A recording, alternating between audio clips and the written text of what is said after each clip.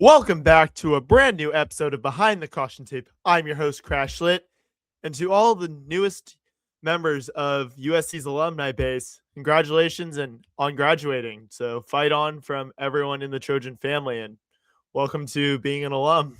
I'm crazy to think that's just been over a year for me since I graduated from USC, but I just wanted to give a shout out to everyone who just got their diplomas this past weekend. So big congrats and fight on. And speaking of graduations, let's get into some football news. And before we do that, be sure to subscribe to the podcast. Follow me on social media at CrashLit, especially on Instagram and X. You can also subscribe to my YouTube channel, CrashLit, to see all the latest video versions of Behind the Caution Tape, and also subscribe to this podcast on Apple and Spotify to listen to the audio versions. And then finally, catch me on Voice of College Football and Believe on USC. And also check out my merch line. I've got the jersey on. There's 5 other pieces. You can click the link below this video to view.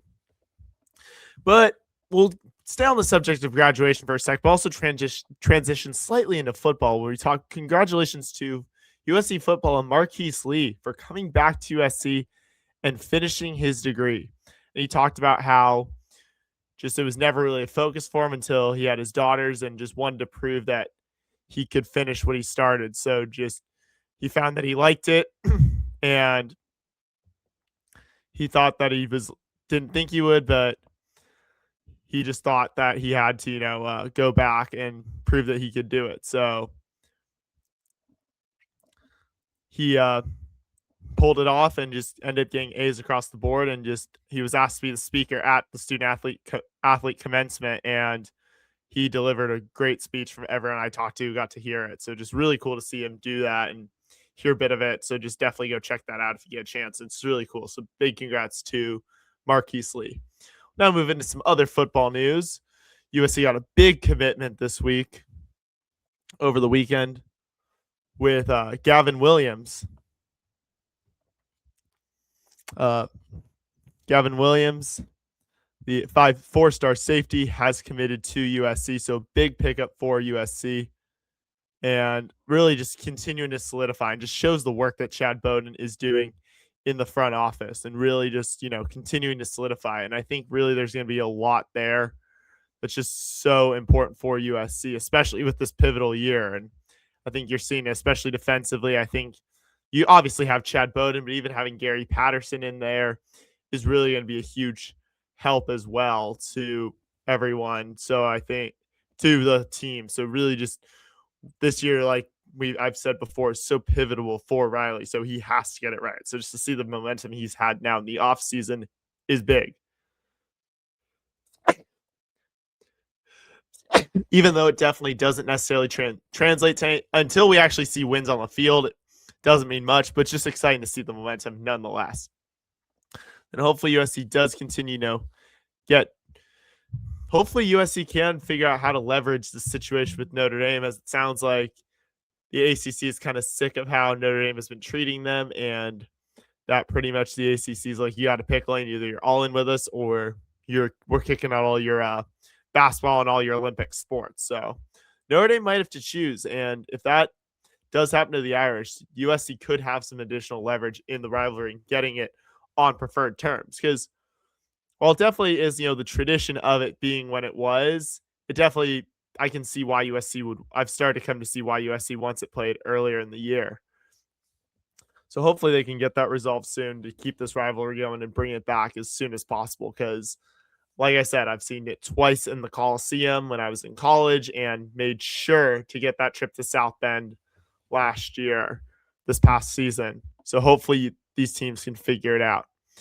And then one final bit of news, it sounds like Pete Carroll is going to be coming back to USC to teach his Game His Life class in Marshall again. So a really coveted class, but one I didn't get to take part in, but still best of luck getting into it if you are a Marshall student. So that's really cool to see that he's coming back to USC to do that. So now move on to men's basketball with and I bring this up because the Big Ten last week announced the home and away rotation. I think it's going back to how it looked in USC's first year in the Big Ten. So for home opponents, while these dates haven't been released yet, They will play home only will be Iowa, Michigan, Minnesota, Michigan State, Ohio State, Penn State, and Wisconsin. Away only will be Illinois, Indiana, Maryland, Nebraska, Northwestern, Purdue, and Rutgers. And then teams USC will play twice will be UCLA, Oregon, and Washington. So looking pretty similar. Nothing surprising there, but just still wanted to bring that up. And also just mention that sounds like while he did say it was announced he'd be coming back, Jacob Cofie will be taking part in the G League scouting combine, but still seems unlikely that he'll remain trying to contend for the draft. And I most likely see him coming back to USC next season. So now we move on to baseball, who was ranked 17th last weekend. Went up to Eugene to face the 16th ranked Oregon Ducks and went 1-2 against them. But it was maybe the closest series USC had all season. They won 2-1 in 11 on Thursday with big performances from Mason Edwards, Andrew Johnson, Isaac Cadena, and Jack Basier. But then followed it up with 2 losses, a 4-3 loss on Friday with performances from Basier and Gavin Lauritsen, and then a 6-5 loss in 14 innings on Saturday. So Johnson, Chase Harrell, Adam Troy, Sax Matson, Kevin Takuchi, and Walter Urban all had big performances. And all 3 games were just 1 run apart, like I said. 2 of those games going to extra innings, and just twice Oregon got 1 more run across. But it just shows how competitive that series was. And when USC is playing its best baseball, they can play with anybody, including a team like Oregon. So it was really great to see that, especially on the road. And even despite losing the series, USC still did enough to finish in tied third with the Ducks in the Big Ten standings. But due to losing the series, they will be the 4 seed in the Big Ten tournament. And I'm going to pull that up to the stage, what the tournament bracket will look like for the Trojans. So they'll be the 4 seed, which means they avoid the double elimination brackets for the first 3 days of the tournament, and they won't have to play until Friday. But they have an early game that'll be at 7 a.m. Pacific time, so 9 a.m. Central time. This will be taking place at Charles Schwab Field in Omaha, so where the College World Series is held, and they'll be taking on whoever wins the regional bracket, the first bracket on the top of your screen, and they'll face the qualifier 1. So whoever wins of the bracket between Purdue, Michigan State, Iowa, and Illinois.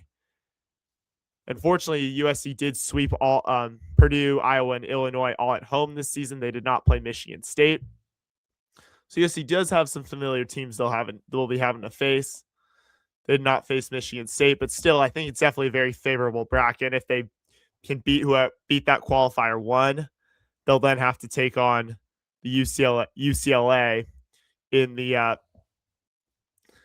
semifinals of the single elimination bracket. So definitely a tough game there. That'll be at noon on Saturday. And if they can beat UCLA, they'll likely be taking on Oregon or Nebraska in the championship game on Sunday. That'll be at noon Pacific time as well. So really, definitely, while they should be able to get into the semifinals and they should make the tournament, where USC really can try to improve their standing is if they can beat UCLA and then have a close game against Nebraska or Oregon, or even to win the tournament outright. USC's got a shot to host, but they got to win it all if they want to make that a reality. So I think they should probably make it, but it's still going to be a close call. So USC's got some work to do. I think they got to win at least 2 and maybe win the whole thing if they want to host a regional, which would be huge for the program, especially in their first year back at brand new Dado Field. So best of luck to them this week as they head into that. So that's what's going on with USC baseball. Move on to track and field, where USC took part in the Big Ten championships in Lincoln over the week from Friday to Sunday. The men took 4th in the overall with 70.5 points. Women took 3rd with 90 points, and USC got 8 event wins over the course of the event. So we got nine event wins, pardon me, not 8. So big weekend for USC, winning with Raquel Broderick winning the discus throw, Madison White winning the 400 meter, Jack Stottleman winning 400 meter, Brianna Selby winning the 100 meter, Eddie Nikita winning the 100 meter on the men's side. For the women's 400, Christine Mallard, Dejaz DeFran, Madison White, and Brianna Selby winning the 4x100. White winning the women's 200 meter. Nikita winning the men's 200 meter. And on the 4x400 for the men's side, you have, or women's, you have Christina Millard, Takaya Sensi, Joelle Trepagnier, and White winning the 4x400. So big weekend for track and field. And best of luck to them when they head to the NCAA West Regionals. That'll be in Fayetteville, Arkansas from May 27th through 30th. So we'll talk a bit more about that next week. Rowing also had their Big Ten championships in Indianapolis on Saturday and Sunday, finished sixth with 155 total points, with a notable performance from the varsity four with an open water victory at the petite final, and USC having notable finishes, finishing sixth overall, and having a noticeable having Victoria Vasilyeva finishing as a first team All Big Ten honoree. Second all team All Big Ten was Gary Lee Hendrickson, and sportsmanship award was Isabella Corrales. So big congrats to USC rowing, and they'll find out tomorrow at 2 p.m. Pacific time on NCAA.com if they will get to advance into the NCAA postseason. Now moving to women's golf, who, as the 1 seed in the Ann Arbor Regional, did finish first, 1 over par, 853 total strokes. And individually, Elise Lee finished second, 4 under par, 209 total strokes. Fifth was Catherine Park, 2 under par, 211 total strokes. Tied 11th was Kylie Chong, 1 over par, 215. Tied 21st was Bailey Shoemaker, 5 over par, 218 total strokes. And 41st was Sarah Hammett, 14 over par, 227 total strokes. So up next is the NCAA Championships that'll start on Friday in Carlsbad and run through May 27th. Men's golf will be the 5 seed starting today. Started this morning at the Bermuda Run Regional in North Carolina. So I'll run from today and go through Wednesday, with the lineup being Jack Buchanan, Jaden Dumdamaya, Nicholas Dominguez, Luke Stock, Antonio Safa, and Raghav Ulati is the substitute. And finally, a few updates from women's volleyball, especially since there's been a bit of news there. We'll start with the home away schedule has been set for Big Ten opponents because of the Big Ten adding a conference tournament. There will only be 17 conference matches with USC playing each member once. So home, USC will face Michigan, Michigan State, Minnesota, Ohio State, Oregon, Penn State, Washington, and Wisconsin. And on the road, USC will face Illinois, Indiana, Iowa, Maryland, Nebraska, Northwestern, Purdue, Rutgers, and UCLA. So a really tough schedule too. So USC knows when where they'll be playing their conference opponents, but not when. But they did find how they'll open up the season. They'll be taking part in the State Farm Volleyball Showcase in Sioux Falls, South Dakota. They'll open the season on August 29th against former Pac-12 member Arizona State and that'll be televised on either Fox or Fox Sports 1. So a huge game for the Trojans.